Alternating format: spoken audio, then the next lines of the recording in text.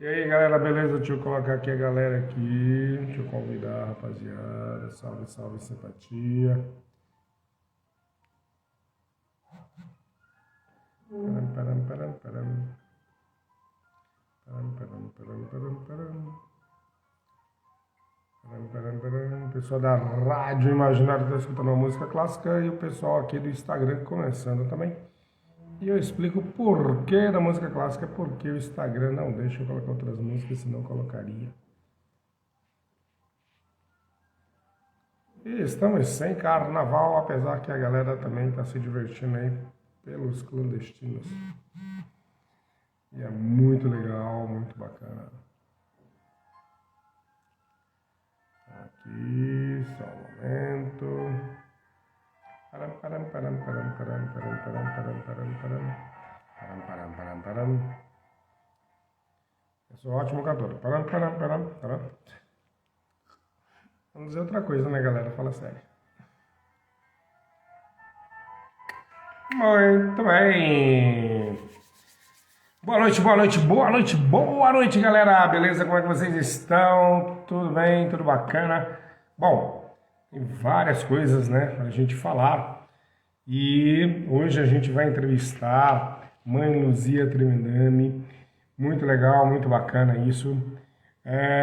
Silvana Lucena, como vai? Tudo bom, minha querida? E falando em Silvana Lucena, falando em coisas legais, coisas bacanas, eu vou dar uma dica para vocês. Olha só o que vai acontecer. Eu vou ter que voltar aqui.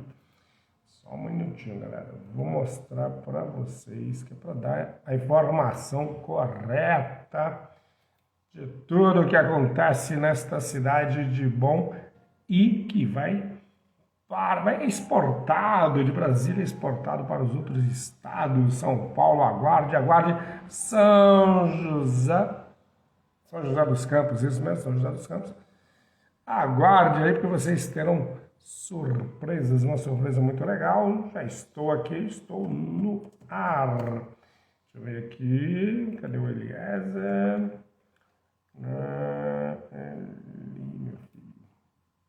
Eu erro tudo. Maravilha. Vou mostrar aqui para vocês. É o seguinte, galera. Opa, grande abraço, Eliezer, grande Eliezer. E olha só, falar em Eliezer, não só em Eliezer, mas em Matriz Cultural, que é um dos apoiadores culturais aqui Nos Bastidores, juntamente com a Academia Cruzeirense de Letras. Galera, é o seguinte, dia 6 de março, às 19 horas, em São Paulo, Teatro Municipal, como é que é o nome? Teatro Municipal de São José dos Campos, teremos Cássia Rejane, muito mais que ela. Isso mesmo, galera. É um espetáculo, esse espetáculo, literalmente. É um espetáculo. Galera, muito legal, muito bacana. Grande André Coelho aí, né? Que é o nosso vice-presidente da Academia Cruzeirense de Letras. Só estou aguardando aqui a Luzia para a gente começar. E convido a todos para futuramente também em Brasília. Esse espetáculo vai voltar, mas mando um grande abraço aí, pessoal de São José dos Campos. Aguardem Cássia Rejane, muito mais que ela, que é uma grande produção da Matriz Cultural, juntamente com Elise Tereza, juntamente com Eros Produções. Matriz Cultural está aí arrebentando, Truvelandas e Canções, apresenta isso tudo. E deixa eu tirar aqui a música clássica, que já estou gritando. Brincadeira, não estou gritando. Mas é isso, espero que vocês estejam me escutando muito bem. Só estou aguardando aqui a minha convidada. Deixa eu ver aqui. Isso mesmo. Estou aguardando a minha convidada, grande irmão André Coelho, que daqui a pouco estará em outra live. Muito bem, parabéns, meu querido. E boa noite a todos. Dani Rodrigues, não é isso? Dani Rodrigues, Isabela. Maravilha, galera que está entrando aí, estamos aguardando. Então, ó, enquanto ela não vem, eu vou falar uma coisa para vocês. Dia 5 de... tá longe. Dia 5 e dia 6 de março, tanto o programa da Academia Cruzeiro de Letras, chamada Programa Cruzeiro em Letras, quanto nos bastidores, que é o dia 6, domingo, especial. Opa, já entrou aqui, maravilha. Especial, já vou convidá-la aqui para a gente já começar aqui. E vai ser especial, galera. Tá? Então se liguem, 5 e 6, especial. Programa Cruzeiro em Letras e nos bastidores. Boa noite, minha querida. Tudo bom? Linda e maravilhosa. Boa noite, meu amigo Mauro Rocha. Boa noite, Opa, agora sim. todos os seguidores dos Nos Bastidores. Até que enfim deu certo. Com certeza. Sempre, sempre. Olha que maravilha. O pessoal está entrando aqui. Ó, domingo você estará aonde? Estão me perguntando aqui onde estarei domingo que vem. Galera, domingo que vem, surpresa. Assistam nos bastidores e assistam também o programa Cruzeiro em Letras. Bom, minha querida, em primeiro lugar, boa noite. Obrigado por ter aceito o convite de Nos Bastidores para a gente bater um papo muito legal, muito bacana. Mais uma vez, você sabe que você mora no meu coração, uma pessoa que eu admiro e gosto pra caramba. E fico muito feliz de estarmos aqui. E a gente vai falar hoje, né, Luzia? Em primeiro lugar, eu sei que você nasceu em Brasília, jornalista, e a gente vai falar sobre espiritualidade, né, sobre o seu trabalho. Fala um pouquinho, dá uma boa noite aí para a galera, fique à vontade, dá aquela relaxada, de boa. Não que você não esteja nervosa, eu estou, mas você eu não sei. Eu fico um pouco nervosa, não vou mentir. Mas, em primeiro lugar, queria agradecer a você a oportunidade de estar sempre trazendo essa pauta, né, do povo de terreiro, da espiritualidade e divulgar a nossa causa. E queria agradecer a todas as pessoas que são minhas conhecidas e as que não são também, que estão prestigiando a live, por estarem acessando eu vou procurar dar o meu melhor. Posso dar uma gaguejada de vez em quando, porque eu falo muito, mas eu sou um pouco tímida. As pessoas não conhecem esse meu lado, mas vai dar certo. Com certeza, com certeza. E por falar, né, você está falando sempre, pessoal que não conhece e tudo mais, uma coisa que é interessante a gente fazer, eu, né, procuro fazer nas nossas lives, que é o seguinte, é se apresentar para aquelas pessoas que têm alguma dificuldade ou alguma deficiência visual, mas, porém, estão aí, estão escutando a gente, e além do também estamos sendo transmitidos pela Rádio Imaginário, uma rádio bacana pra caramba aí, que tem uma audiência muito legal. Então, eu vou aqui começar e depois você se apresenta. Eu estou com uma camiseta branca, atrás de mim tem vários CDs, que é uma coleção que eu tenho, e ali tem um avião, um quadro de um avião que minha filha, quando era pequena, uma das minhas filhas, a mais velha, a Cecília, fez, eu guardo com muito carinho. E estou com o cabelo cortado, porque eu vou fazer um trabalho também futuramente, então dei uma baixada no cabelo, mas ainda sem barba hoje, sem óculos. Basicamente, sou pardo, beleza, galera? E é isso. Você, Luzia, por favor. Eu vou tentar, eu nunca fiz uma descrição assim, mas vamos lá. Estou no meu espaço de atendimento aqui no Cruzeiro, a parede azul. Estou com uma roupa ritualística dos cultos, né, que a gente utiliza no dia a dia dos cultos tradicionais de terreiro. Uma blusa branca, eu estou usando minhas contas tanto de Jurema quanto de Candomblé no pescoço e um turbante branco na cabeça. Sou de pele branca, estou de batom vermelho, acho que é isso. Tá ótimo. Maravilha, show de bola. Bom, para a galera não falar que eu falo demais, vamos começar, porque eu falo demais mesmo, e se deixar, a gente vai falar aqui a noite toda. Mas é o seguinte, explica um pouco essa trajetória espiritual, como é que você começou, como é que tudo isso surgiu dentro da sua vida. Vamos lá. Eu fui criada numa família materna umbandista. A minha avó materna, que faleceu há 2 anos e faleceu com 103 anos, ela foi umbandista a vida inteira, foi médium do centro do fundador da Umbanda, Zélio de Moraes, lá no Rio de Janeiro. E as minhas tias mais velhas eram mães de santo de Umbanda. Quando elas vieram para cá, para Brasília, elas não encontraram nenhum outro terreiro, porém elas continuaram atendendo as pessoas com as entidades na casa, aqui onde elas moravam no Cruzeiro, que é a casa da minha avó até hoje, onde moram minhas tias. Minha tia era uma benzedeira de mão cheia, benzeu, acho que as crianças do Cruzeiro, quase todas, e como ela trabalhava na Câmara dos Deputados, ela benzia também muito, filho de deputado, senador, essa coisa toda. E eu sempre tive uma necessidade muito grande de exercitar a fé, mas a minha família mesmo, pai, mãe, não frequentavam nenhum lugar, então eu fui para a Igreja Católica. Em 1998 eu engravidei, tive a minha primeira filha, que nasceu antes do tempo, a Yasmin, e a Yasmin viveu 6 meses no hospital e acabou falecendo.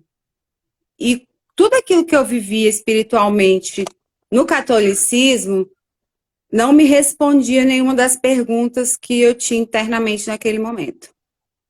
E eu fui atrás de respostas. Comecei a frequentar o centro kardecista, já tinha essas práticas de Umbanda dentro de casa, e paralelamente a isso, meu irmão caçula, que é o mestre Renan Cachimbó, começou com os processos mediúnicos dele também. Então, a família toda se uniu para vivenciar essa questão dele com a espiritualidade e a minha busca por respostas. E aí, quando eu vi, eu já estava extremamente envolvida com a questão espiritual, já estava frequentando um terreiro mesmo de Umbanda. O Renan foi buscar a questão da Jurema fora de Brasília, no Rio Grande do Norte, e começou a propagar o culto do Cachimbó Jurema, nessa região do Centro-Oeste, no Sudeste, e ao mesmo tempo, assim, né, tem umas paradas no tempo aí que não dá para ficar explicando, a gente juntos, eu e ele, nos iniciamos no Candomblé de Angola.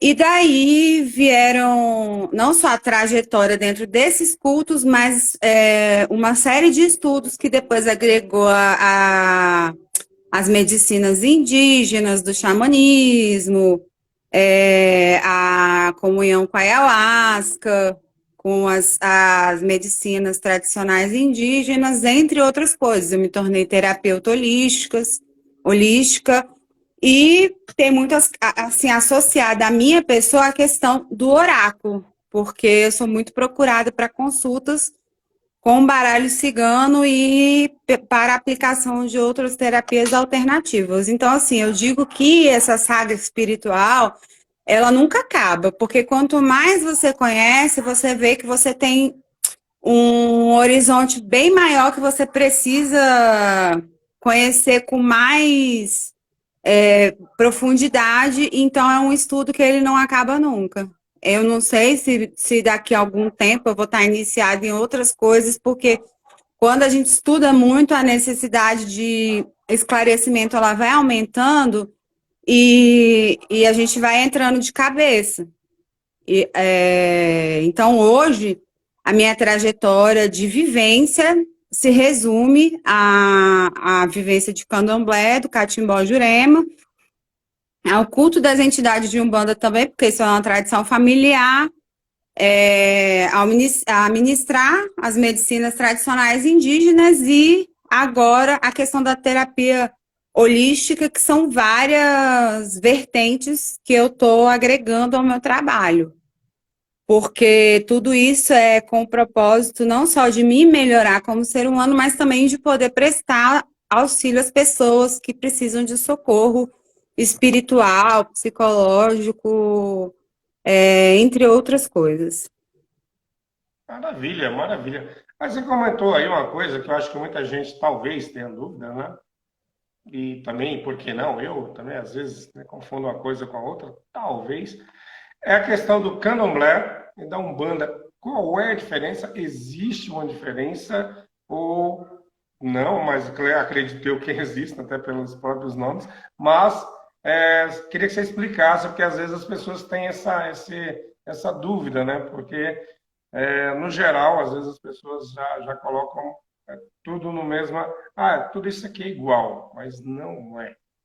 Eu Não é. eu vou tentar não me estender muito na explicação, porque quanto mais a gente fala disso, mais a gente se aprofunda e fica mais complicado de quem não conhece entender. Beleza. Historicamente falando, o Brasil não é rico só na questão da miscigenação, como ele também é rico na questão cultural e ele é rico nessa questão religiosa.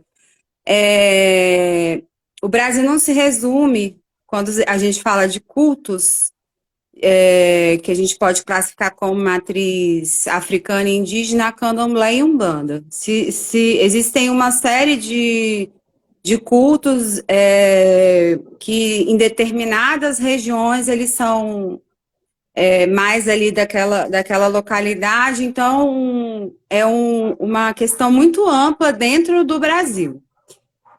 Então vamos lá. Historicamente, o candomblé e a umbanda ele já não tem nada a ver uma coisa com a outra por onde começa. O candomblé ele foi um culto que se iniciou nas senzalas pelos negros que vieram para serem escravos no Brasil e eles agregaram esses conhecimentos que eles tinham e criaram uma religiosidade que se adaptasse ao costume brasileiro e eles pudessem cultuar os orixás que eles cultuavam na terra deles. O candomblé, basicamente, ao pé da letra, ele é culto a orixá.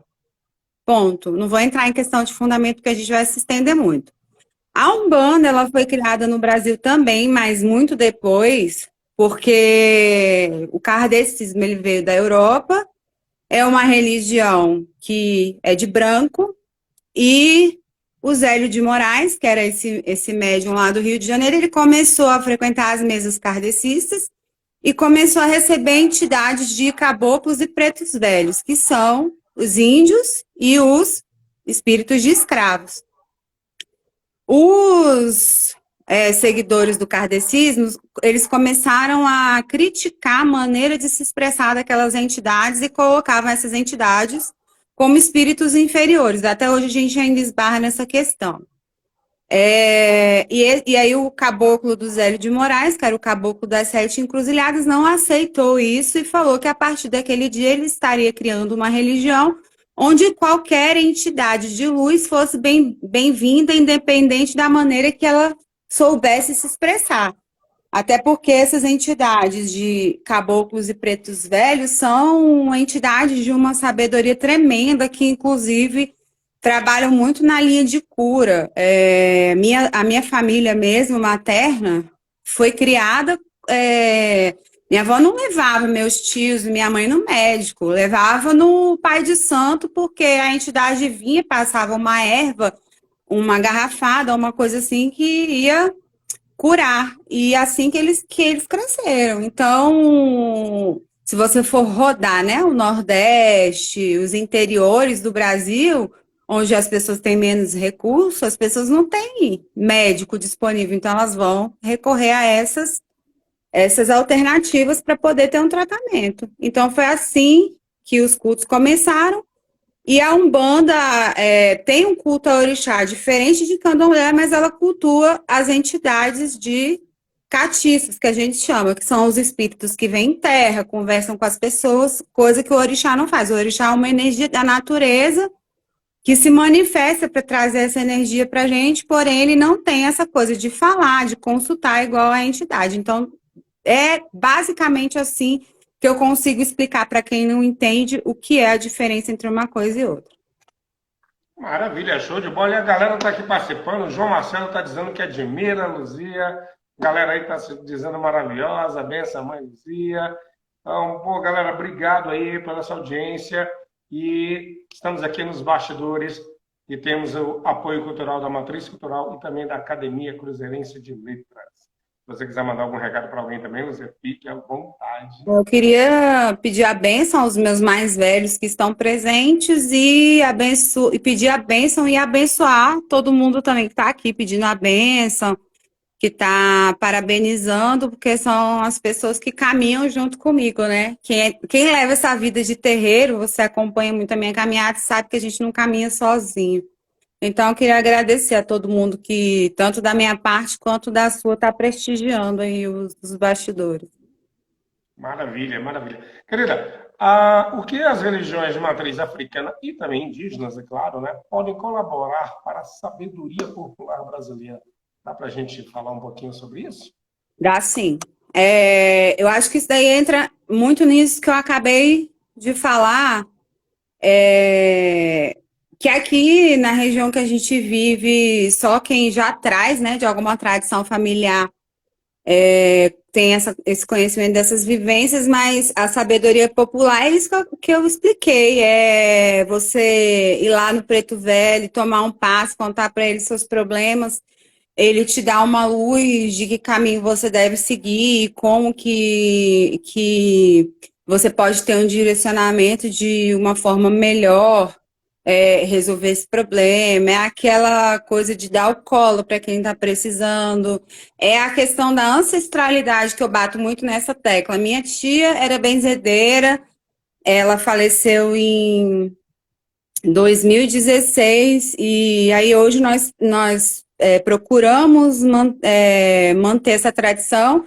Eu continuo com as questões dos benzimentos, meu irmão, minha mãe, a gente recebe muita mãe com criança pequena que está com quebranto, vai no médico, o médico não sabe o que que é, passa algum remédio, não resolve, aí a reza vai e ajuda. Alguém que está com uma doença de pele também, que não consegue tratamento, não consegue cura, a entidade bem faz uma mistura com ervas, faz um tratamento ali naquele local e consegue a cura daquela ferida. E isso são coisas que são passadas de geração para geração. A minha família mesmo começou isso lá atrás e hoje a gente já está numa quarta geração de pessoas de vivência de terreiro e que eu espero que os meus netos, os meus sobrinhos netos também continuem com a tradição e passem para os seus descendentes, porque é muito fácil a gente não valorizar essa sabedoria popular, onde você tem acesso à medicina tradicional, aonde você tem acesso a coisas que as pessoas em um lugar menos favorecido não têm. Aí a gente vai voltar lá naquela situação que eu falei da minha avó. Essas pessoas recorrem às comunidades tradicionais para buscar nesse lugar tudo que elas não encontram do lado de fora, porque são coisas que poucas pessoas têm acesso. E é interessante você falar isso, porque isso me lembrou, né? Eu sou do Piauí, sou do interior, então assim, né? Não fiquei muito tempo lá, mas um pouco tempo. E eu lembro da questão das rezadeiras, né, a gente tinha tudo isso, e é um costume realmente, né? Mais interior, ter esse tipo de medicina, vamos dizer assim, que não tem, com certeza, hoje em dia, um pouquinho mais, mas nem tanto, esses acessos, e realmente as mães vão, né, quando a criança está com quebranto e tudo mais, e é como você falou, a questão do passado, quer dizer, já vem há muito tempo, e às vezes as pessoas, por essa, entre aspas, modernidade, esquecem um pouco disso, mas no final das contas vão lá e se remetem porque sabem que ali realmente é o local, né, que é certo e que com certeza a coisa vai gerir muito bem. Cara, legal, bacana pra caramba isso. Agora eu queria saber o seguinte, né? A gente vai pegar aqui um temazinho que não é fácil, mas que infelizmente acontece, e eu queria saber a sua opinião. Com relação, como é que você vê a questão das religiões africanas indígenas com relação à perseguição? São mais ou menos perseguidas hoje? Como é que é isso? Como é que está rolando isso hoje em dia? Porque a gente vê, infelizmente, existe isso, existe um desrespeito, né? E eu falo isso porque é triste, mas queria ver a sua opinião em relação a isso, o que que você vê esses relatos, e de que forma você vê isso aí. Isso aí acho que é uma das teclas que a gente, povo de terreiro, tem mais batido ultimamente, por vários motivos. Uma, porque hoje a gente tem leis que protegem a nossa liberdade de culto, então a gente não tem mais a necessidade de se esconder de ninguém, igual no passado as minhas tias tiveram que se esconder, os meus ancestrais tiveram que se esconder, que os cultos eles eram tratados como crime, tinha que se tocar escondido, a polícia batia na porta e mandava parar, então hoje já não se pode mais fazer isso. Porém, a gente vem de uma questão histórica. Por que tudo aquilo, historicamente, que vem do povo preto é perseguido e marginalizado? Porque tem o racismo por trás. É muito fácil para dizer que existe uma igualdade da boca para fora, quando você vai defender o seu lado, que não é o meu lado, mas você não vive o que eu vivo. Por exemplo, hoje a gente escuta muito dizer assim, o povo questionar pessoas de pele branca no terreiro. Okay, eu não vou saber o que é um racismo, porque eu tenho a pele branca. Apesar de ter ancestrais negros, eu sou branca de pele, então eu não vou saber o que uma pessoa de cor, de pele negra sofre de racismo, mas eu sei o que é sofrer preconceito religioso. E o preconceito, ele está atrás do racismo. Por que ninguém demoniza o kardecismo? Porque o kardecismo, ele é descendente da Europa, mas aquilo que vem do preto é demonizado. A gente é acusado de cultuar um demônio que a gente nem acredita na existência dele, porque a Igreja Católica, com todo respeito, quando veio catequizar, né, o povo indígena e o povo preto que estava no Brasil, eles associaram a figura de algumas coisas que eram cultuadas por esses povos ao mal, e isso se propagou. Só que a religiosidade da gente não é para o mal. A religiosidade da gente é uma religiosidade de acolhimento, de ter sempre uma cesta básica para matar a fome, uma religiosidade igual às outras. Não tem nem melhor nem pior. Mas a gente sofre mais ataque porque as pessoas vão demorar muito tempo ainda para entender que não tem nada disso que elas atribuem ao nosso culto. Não existe isso. Eu digo muito que eu dou a cara para bater e eu digo quem eu sou, para que eu estou aqui, e isso eu procuro passar para os meus descendentes, porque enquanto tiver gente de terreiro que se esconde, o preconceito vai existir. Enquanto eu não mostrar para a sociedade que iniciar uma criança num culto tradicional é tão normal quanto batizar uma criança na igreja católica, eu vou estar me escondendo atrás de uma cultura que não é a minha e vou estar assinando embaixo de quem diz que o que eu vivo, que o meu sagrado é ruim. Só que é um trabalho de formiga isso. É uma coisa que talvez, quando for modificada, eu não esteja mais aqui para ver. Eu espero que alguns dos meus descendentes ainda possam ter uma vivência de paz em relação a essa questão, que nenhuma das crianças da minha família ou de outras famílias que vieram depois da minha filha não sofram nas escolas a intolerância religiosa que ela sofreu, a chegar ao ponto de eu ter que tirar da escola por perseguição de professor, da direção ficar de braços cruzados e não tomar nenhuma atitude, e a gente ter que se retirar porque a criança está tão psicologicamente afetada que ela não dá mais conta de frequentar o ambiente escolar, e você saber que você não pode nem levar essa causa para a justiça porque vai ficar naquilo e não vai dar em nada.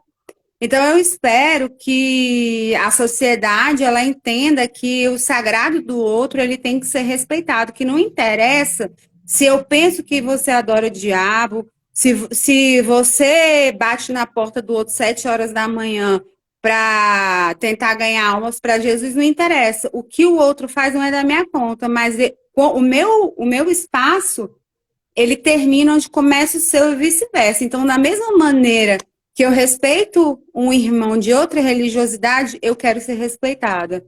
Eu não quero ser tolerada, eu quero ser respeitada.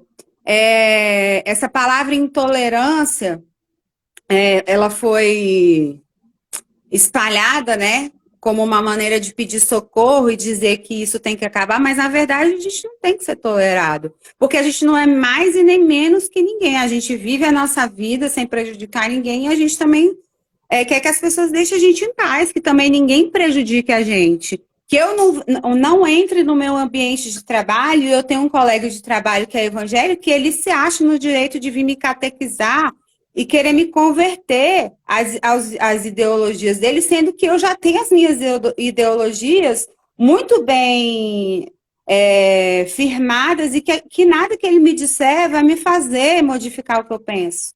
Então, é aquela história do cada um no seu quadrado, e se cada um fosse se juntar, independente de religião, e lutasse por um coletivo, talvez o nosso país não tivesse da maneira que está. Mas eu tenho ainda a necessidade de atacar o outro, e o outro tem a necessidade de me atacar. Enquanto isso não acabar, não só religiosamente, mas em outros aspectos, a gente vai ter um país da maneira que está, ou pior. Mas eu ainda tenho a esperança e a fé que melhore. Só que essa é a maior dificuldade do povo de terreiro, é lidar com essa intolerância, com esse desrespeito, e você ter que catequizar, informar e esclarecer de um por um que o que você vive não é um crime, o que você vive não é pior, o que você vive não é nada daquilo que eles pensam.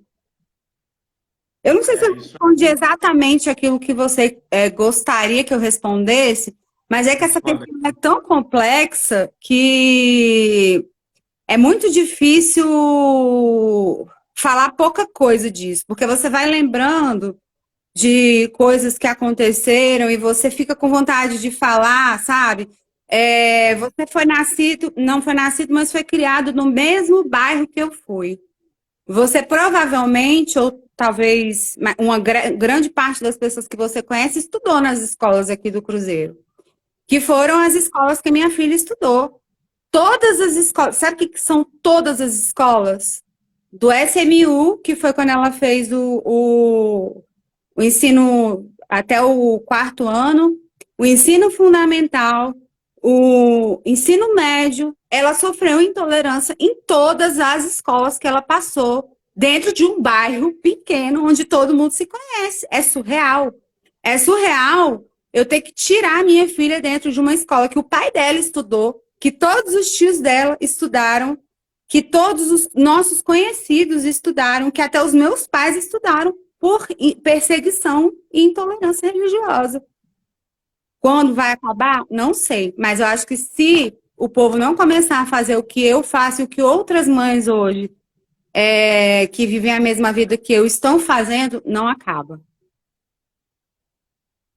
Sérgio, não, respondeu muito bem, e eu até gostaria aqui de complementar, que é o seguinte, acho que em relação a isso, acho que o respeito, independente de qualquer coisa, o respeito é primordial. E nesse sentido, né, da religiosidade, eu falo por mim também, porque eu fui criado numa família católica, até hoje minha mãe, assim, vai à missa aos domingos e tudo mais, tal, tem toda uma tradição, e eu não sou, sempre quando as pessoas perguntam, eu falo, eu não tenho uma religião. Eu tenho uma crença, acredito em Deus, acredito, né? Mas uma religião para dizer assim, sou católico, sou... Bom, todas as religiões que você pensar, não tem. Não é assim que eu sigo a minha vida. E muita gente me olha torto porque eu falo isso. Não tenho religião. E aí, qual o problema de eu não ter uma religião? Né? Mas também vejo isso, vejo um pouco de preconceito também quando eu falo isso. Quando eu comento algumas coisas, quando eu falo de Nietzsche, quando eu falo de outras coisas, o pessoal fica meio, não é assim e tal. Eu falo, olha, por que não? Independente disso, eu acho que o respeito é isso. E a questão também é cultural, como você mesmo falou. Mas tem que ser quebrado, esses paradigmas têm que ser quebrados. Acho que é por isso, acho não, e é por isso que eu trago esse espaço aqui, é um espaço que eu sei que muita gente assiste, agradeço mesmo, e que não é só para entrevistas com artistas e tudo mais, mas sim globalizar muitas coisas que eu acho interessante, que eu acho bacana, e também uma delas é essa questão e que você traz. É por isso que eu abro, sim, várias vezes, não só para você, para quem quiser de outras religiões e tudo mais, é só entrar em contato comigo para dizer, não, ele só traz isso, só traz aquilo, não. Quem quiser a gente conversar e bater um papo sobre isso, sobre o ter o conhecimento do que você está fazendo como trabalho. E não ficar atacando, B, C, você é melhor, você é pior, porque isso aí não leva a nada. Muito pelo contrário mesmo. Mas o que você traz, esse conhecimento, saber que vocês fazem um trabalho de doação, um trabalho, sabe, de ajuda, disso, daquilo, que às vezes é isso que as pessoas não entendem. Eles, infelizmente, a mídia, a cultura, sempre levou para essa questão que você falou. É coisa do diabo, não sei o que do diabo. Porque, infelizmente, aí eu vou dizer, porque eu posso, porque eu sou católico, já fui católico, hoje não sou mais, mas eu vou dizer, infelizmente, a Igreja Católica teve uma reprodução de culturas, de culturas não, de vários e vários anos, dizendo que isso era assim, que isso era que diabo, não sei o que diabo, não sei o que diabo, e todo mundo levava tudo para o diabo. No dia que ele cobrar, eu quero ver quem que vai pagar, mas tudo bem.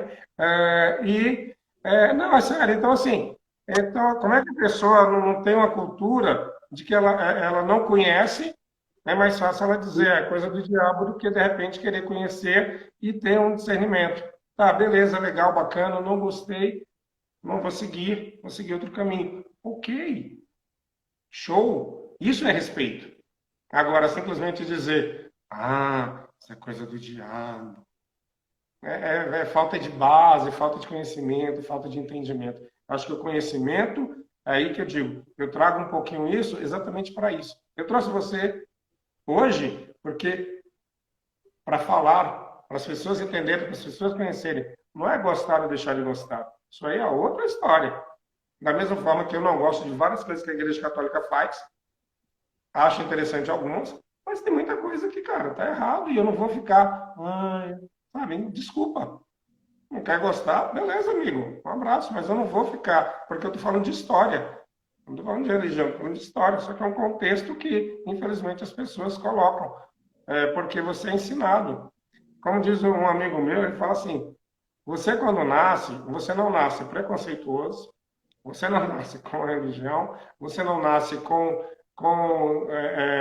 gosto disso, daquilo, que amarelo é melhor que azul, que verde é melhor que preto e tudo mais. Não nasce nada disso. Você é criado e com essa criação é que você vai ter o discernimento da sua vida. E se você é uma pessoa que é criada com preconceitos, com brigas, com isso, com aquilo, violento e tudo mais, a probabilidade de você se tornar tudo isso é muito grande.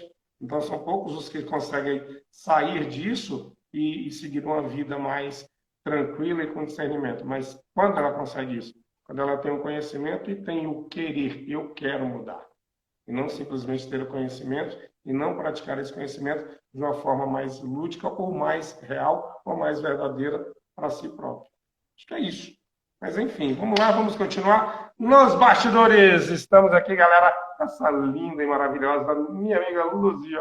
E eu vou perguntar o seguinte: papel da mulher na Umbanda. As mulheres aí estão empoderadas e tudo mais, e precisa mesmo e tal. Só que a gente queria saber um pouco, eu também gostaria de saber, como é que é o papel de vocês dentro da Umbanda, dentro do trabalho que você realiza. Então, eu vou falar de uma forma geral dentro das comunidades de terreiro, né?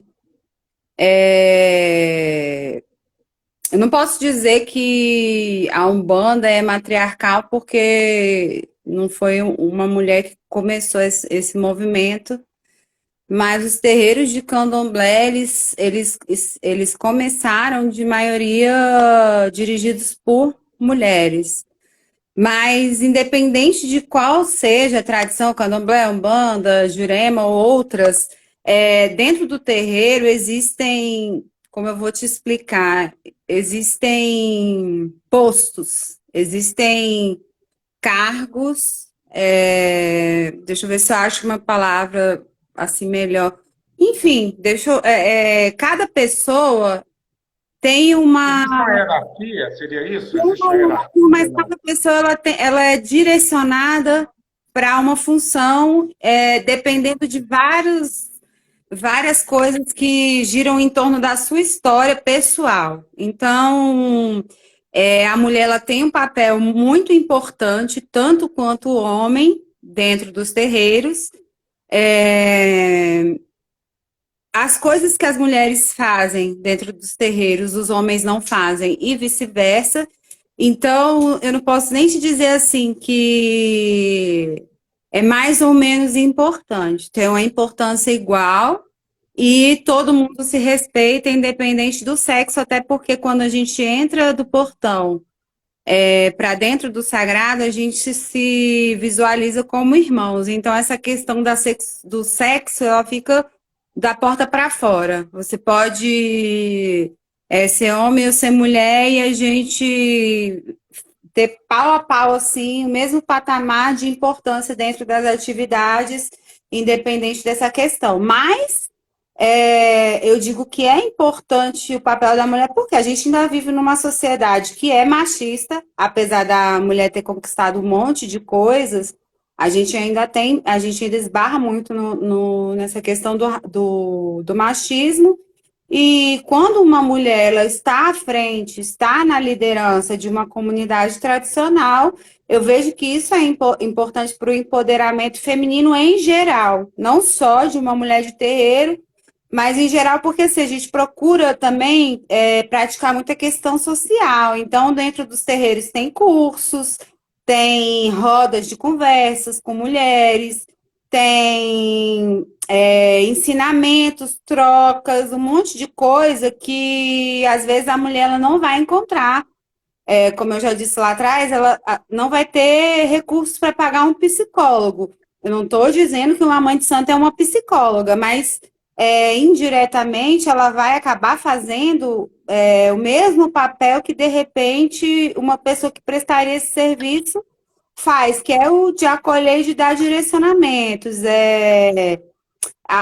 Os terreiros, eles acolhem mulheres que estão em situação de violência doméstica, mulheres que sofrem violência sexual dentro de casa, que sofrem outras questões na vida cotidiana, que elas podem encontrar apoio de diversas formas dentro do terreiro. Porque eu sou jornalista, mas eu tenho uma filha de santo que é médica, eu tenho uma outra que é enfermeira, tem uma outra que é jornalista também, tem uma outra que é outra coisa. Então, a gente vai juntando conhecimentos e consegue fazer uma rede de apoio, não só às mulheres, aos homens também, mas a essas fragilidades do público feminino. Porque eu ainda digo que é uma fragilidade, porque por mais que tenha essa conscientização do espaço da mulher, ainda não é igualitário.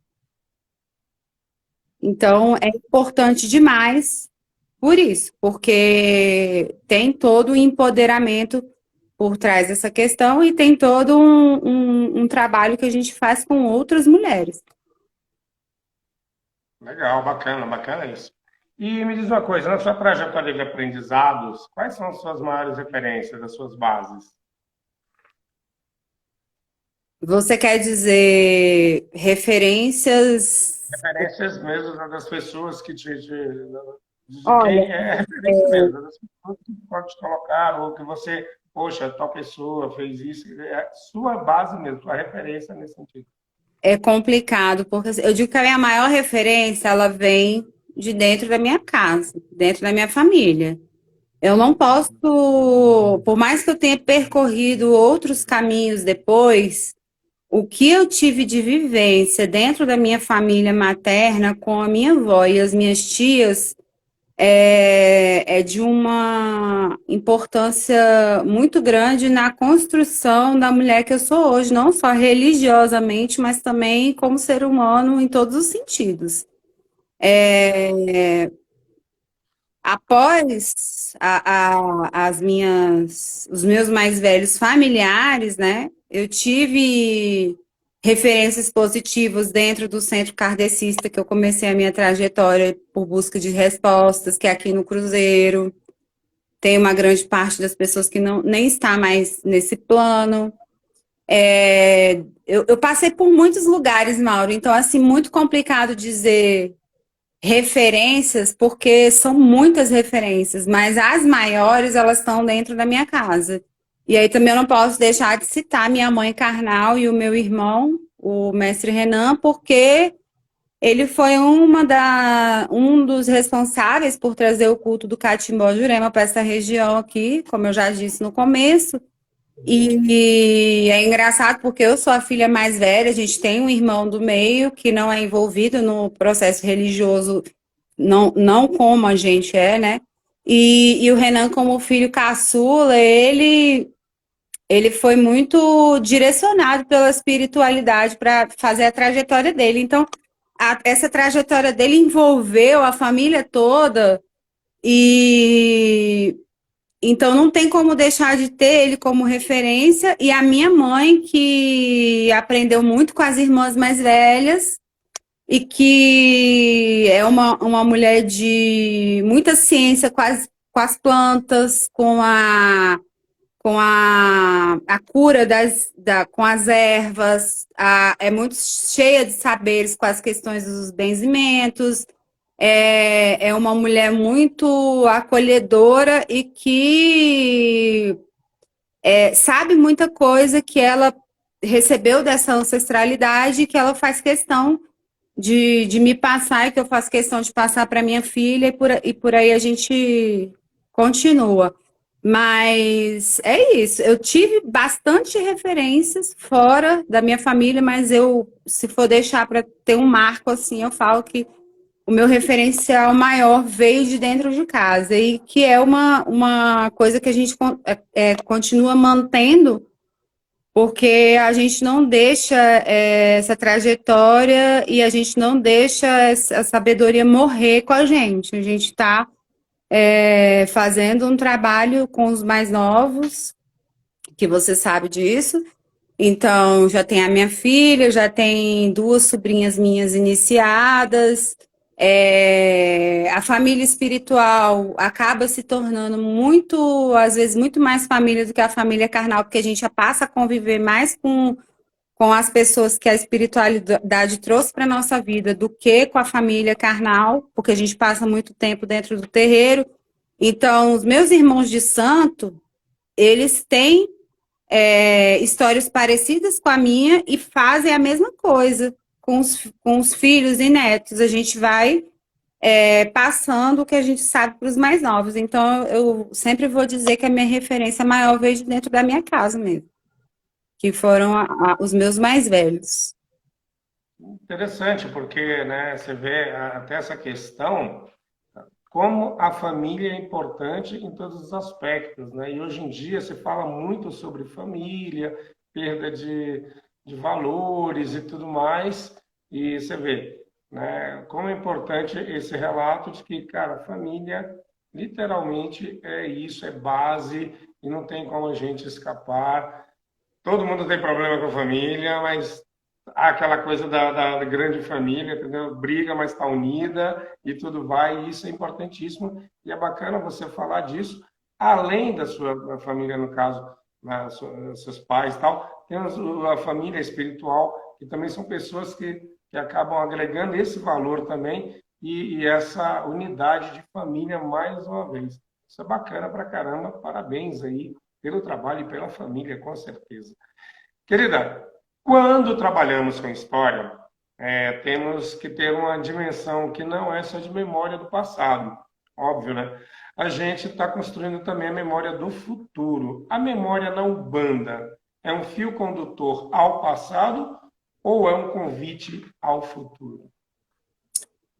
Olha só, você tem falado muito assim da Umbanda, mas eu sempre vou falar que não só a Umbanda, mas porque hoje a minha vida é muito mais candomblé e jurema do que Umbanda. Não deixo de cultuar a Umbanda, mas Então vamos para o contexto nesse sentido do candomblé que você está seguindo. eu não sei se eu entendi direito a pergunta, se você está me perguntando em relação a referências. Não, não, quando eu falo, a questão é a seguinte, quando a gente, né, vai falar sobre história, nós nos remetemos ao passado para entender, de repente, o presente e projetar isso para um futuro. A minha pergunta é o seguinte: dentro da religiosidade, no caso, é o condutor de passado, quer dizer, vocês trabalham muito o que foi feito, né, até aqui para uma construção, quer dizer, ele é um condutor de passado para a construção de futuro, ou fica nessa questão do passado como aprendizado para ver o que que acontece. Mais ou menos isso se deu para entender. Eu acho que tudo que a gente tem feito, tanto quem veio antes e quem está agora, é, tem, tem feito tudo com essa questão da visibilidade no futuro. Porque a gente vai bater numa tecla que eu acho que eu já falei, que é de você passar para frente o saber ancestral. Então, o que a gente tem lutado no momento é para que no futuro os nossos mais novos, os nossos descendentes, eles tenham uma realidade diferente da realidade que os meus antepassados viveram e da que eu estou vivendo hoje. E eu acho que o principal movimento da gente para quebrar essas. Eu digo que são mazelas mesmo, que ficaram historicamente, entre outras coisas, mas é de quebrar mesmo esses paradigmas aí que foram construídos e que a gente está tentando desconstruir. Então, essa desconstrução é visando um futuro diferente para os meus descendentes. Não vai ficar tudo igual, até porque também a busca pelo conhecimento espiritual, ela não para. Eu falei isso hoje para uma filha de santo minha que estava aqui em casa.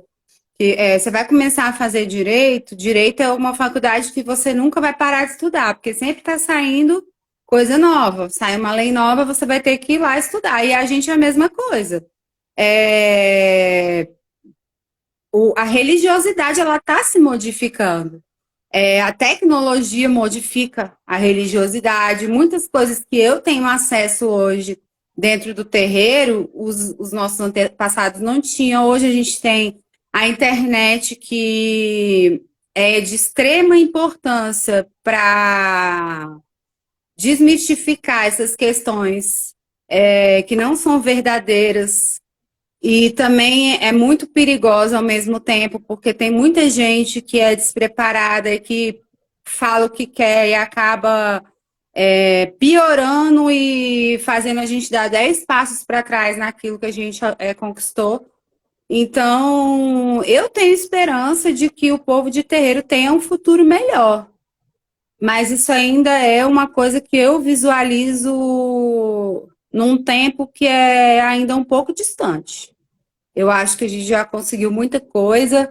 Hoje já se vive uma realidade bem diferente da que se viveu no passado, mas ainda tem muita coisa para ser alcançada e que eu sei que é um passo muito lento. É engraçado você me perguntar isso, eu não sei se tem a ver, mas me tocou agora de comentar que a minha sobrinha, ela, essa semana, estava com uma conta no pescoço, né? Eu falei, ué, Alejandra, mas você foi para a escola assim? Ela falou, eu tô indo com a minha conta para a escola. E eu falei, ninguém falou nada com você? Porque a minha filha tem um livro de intolerância religiosa que tem que ser escrito, porque é muita coisa que precisa ser falada com a experiência dela para que não aconteça com outras crianças. Então, eu tenho muito essa preocupação de falar, porque a Alejandra, ela está fazendo o mesmo percurso educacional que a Jasmine fez. Então, as escolas que a Jasmine estudou, ela está estudando também. Eu falei, ninguém falou nada da conta? Ela, não, titia. Mas aconteceu uma coisa interessante. A minha colega, que é também de terreiro e não tinha coragem de ir para a escola com a conta dela, ela me viu com a minha e ela está indo também. Então, assim, você vê que não é em vão a nossa luta, mas que é devagar. É devagar. É o que eu falo muito, né? Assim, a novidade, normalmente, as pessoas têm medo ou estranho, mas é a falta de conhecimento que faz isso. Às vezes a pessoa fala assim, tem um ditado que fala, né?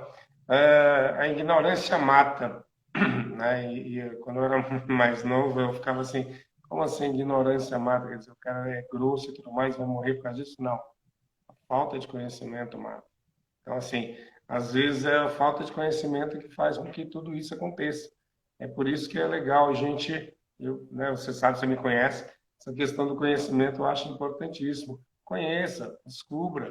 Não quer dizer que você vai gostar ou não gostar, mas tenha base até no que você vai falar. Porque essa questão, quando você fala assim, tem gente que fala coisas e você dá 10 passos para trás. Dá 10 passos para trás, porque o que essa pessoa às vezes está falando é por falta de conhecimento e por achismo, né? Porque hoje em dia, as maiores universidades que existem é o Google, né? Porque é o achismo, eu acho no Google. Aí, quer dizer, né? Não dá, não é por aí, mas enfim. Querida, com relação às influências, tanto africanas quanto indígenas, nós temos várias, né? Música, desculpa, língua, culinária, danças, músicas e tudo mais. Com relação à música, vocês utilizam também? É um instrumento mais fácil para o entendimento religioso, no seu entendimento, ou é só um aspecto que é usado também por várias outras religiões? Como é que se dá a música dentro desse processo? A música dentro das comunidades de terreiro é muito importante, porque eu vou partir do princípio que tem aquele ditado que fala que quem canta reza duas vezes. Então, as nossas rezas, elas são cânticos, não necessariamente em português, porque tem essa influência da África, né? Então, a gente tem muitas coisas que são em outra língua, mas a reza é cantada. Então, unir a reza com a música, eu acho que é uma maneira de tocar mais a fundo a fé da gente. E, assim, os instrumentos ritualísticos musicais dentro do terreiro, que, como você perguntou, né, o papel da mulher, quem tem esse papel é um papel dos homens nas comunidades tradicionais. A gente costuma dizer que quem tem santo, quando o tambor toca, a alma arrepia e responde. E responde mesmo, porque eu acho que todo brasileiro, até quando ele não está dentro da religiosidade, que ele escuta algo que seja referente a essa cultura, ele se identifica, porque é uma coisa que está dentro da história do nosso país.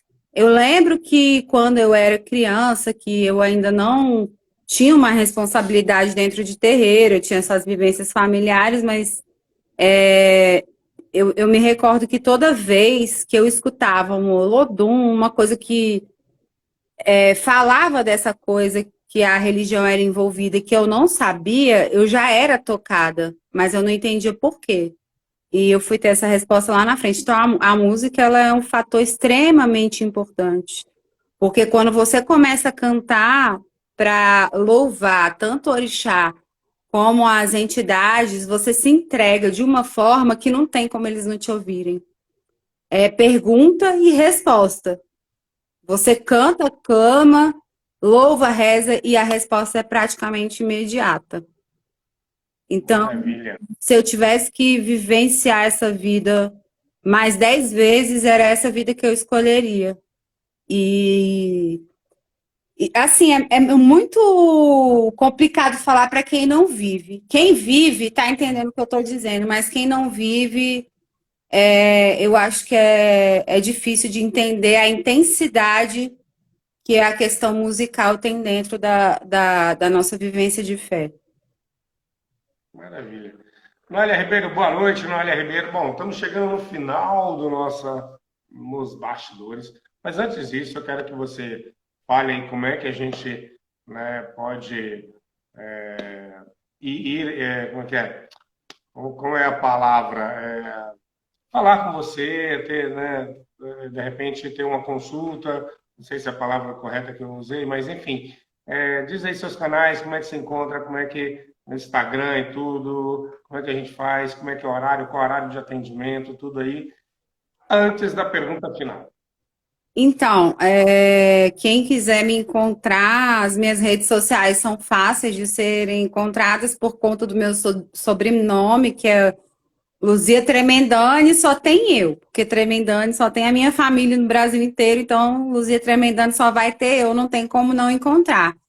E o meu telefone para contato é o 61 98408 3050.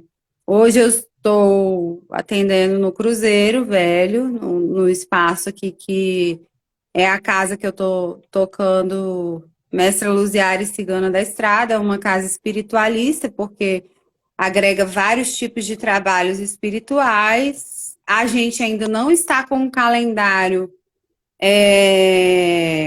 como é que eu vou explicar? Montado direitinho, porque a gente começa a fazer as coisas, essa pandemia começa a aumentar e a gente tem que dar um passo para trás. Então, eu estou fazendo mais coisas internas e tem os atendimentos que são individuais e eu vou adequando de acordo como dá para ser pela questão externa mesmo. Eu gostaria muito de poder abrir a casa, receber todo mundo como foi feito no passado, como era feito no passado, mas nesse momento a gente ainda está pisando em ovos com essa questão de pandemia e o medo, né, do que vem pela frente, porque ainda não está tudo normal. E você atende também virtualmente? Tem um Meet, um Zoom, alguma coisa assim? Entendo, mas assim, eu digo que nem tudo é jogo, sabe? Às vezes a pessoa ela precisa só de uma palavra, de ser ouvida, de um direcionamento que não necessariamente ela vai precisar fazer um atendimento. O sacerdote, ele tem que estar preparado para o acolhimento e ele tem que ter o discernimento de saber que não necessariamente tudo vai se resolver numa mesa de jogo. Às vezes, com uma conversa, com uma boa vontade em escutar a pessoa, você consegue resolver sem precisar abrir um jogo. Então, é a mesma coisa. Eu procuro colocar isso no mesmo patamar que as outras religiões, que o sacerdote ele tem que estar disponível. De alguma forma. Pode não ser um jogo, pode não ser recebendo uma entidade para dar uma consulta, mas eu, como sacerdote, eu tenho que ter uma palavra para aquela pessoa no momento que ela está necessitada. Legal. A Nardelli Beth, acho que Beth Nardelli está perguntando, mas Sim, é você faz atendimento virtual, já li sobre isso.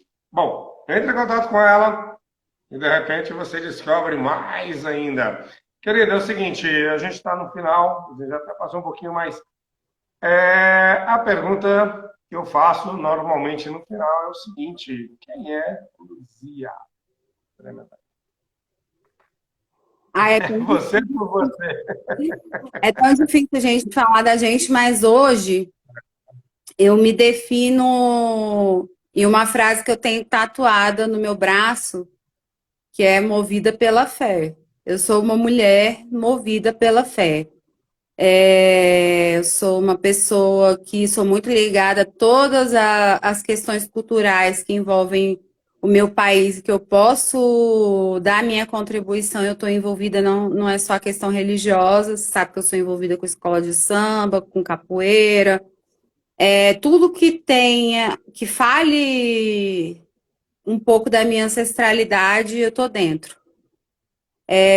Mas resumindo, a pessoa que eu sou hoje é movida pela fé. O que me completa, o que me deixa feliz, o que me faz me sentir útil ao próximo é a minha fé. E uma coisa que eu não posso também desagregar da minha pessoa é a questão da maternidade. Quem me conhece sabe o tanto que eu sou apaixonada pela minha filha. Tem gente até que critica, assim, fala, nossa, mas você devia ter outros filhos, porque você fala da sua filha assim como se ela fosse um bebê. Não é questão dela ser um bebezinho, é que quem viveu a minha história comigo, igual você conhece, sabe a importância que a minha filha tem na minha vida, não só como minha filha, mas espiritualmente. Ela é meu braço direito, é ela quem me ajuda a conduzir tudo que eu preciso dentro da minha casa. É uma menina que já sofreu muita intolerância religiosa, que eu bato no peito para dizer que eu sou muito orgulhosa da mulher que ela se tornou, mesmo com tudo que ela passou.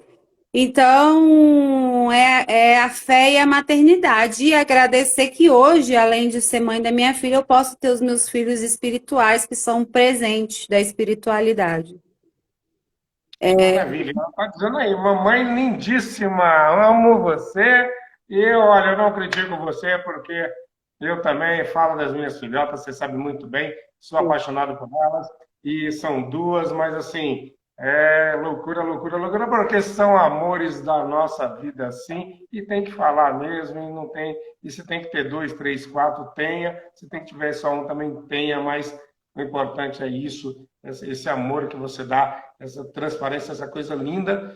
Em vez de criticar, devia ser, sim, como se diz, reproduzida. As outras pessoas, em vez de criticar, deviam amar os seus filhos, isso sim, da mesma forma que você ama a sua filha. E eu acho isso lindo. Minha querida, muito obrigado mesmo por ter participado aqui Nos Bastidores. E toda vez que você quiser, os bastidores estão aí à sua disposição para você falar sobre religião ou qualquer outro assunto. A gente está aqui aberto para você. Eu, a equipe inteira, o pessoal está aqui, brincadeira, sou eu, nas bastidores. Mas é isso, tá? Obrigado, galera. Ótima semana para vocês, ótimo carnaval sem carnaval, tipo, não aglomerem, né? Não façam, né, com que a gente fique mais tempo com essa pandemia aí. Tenho responsabilidade em relação a isso, mas se cuidem porque nós não saímos ainda dessa pandemia. Isso eu falo sempre em todas as lives, porque eu quero muito estar presente em vários eventos e a gente sabe que não pode por causa disso. Então, um pouquinho só de responsabilidade. Não é um carnaval que vai fazer a gente literalmente morrer sem alegria. Tem vários carnavais aí. Vamos nos cuidar agora para a gente participar de outros carnavais. E é isso. Minha querida, suas considerações finais, mais uma vez, muito obrigado e parabéns pela pessoa que você é. Parabéns pela essa mãe que você é, que eu conheço e que eu sei que eu te admiro e você sabe disso. Com você. Eu queria dizer que a reciprocidade é verdadeira. Queria te agradecer não só pelo apoio assim, em relação a tudo que eu faço, mas por me incentivar em falar sobre isso e conceder o seu espaço de fala para mim.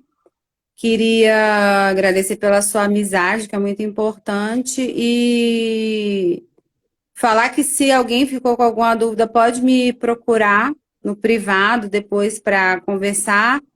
E abençoar e pedir a bênção a todos que estão assistindo e pedir que a espiritualidade te abençoe e te abra os caminhos para todas as coisas que você tem como projeto, porque são projetos grandiosos e que o mundo está precisando de mais Mauros Rochas por aí. Obrigado, querido. Obrigado mesmo.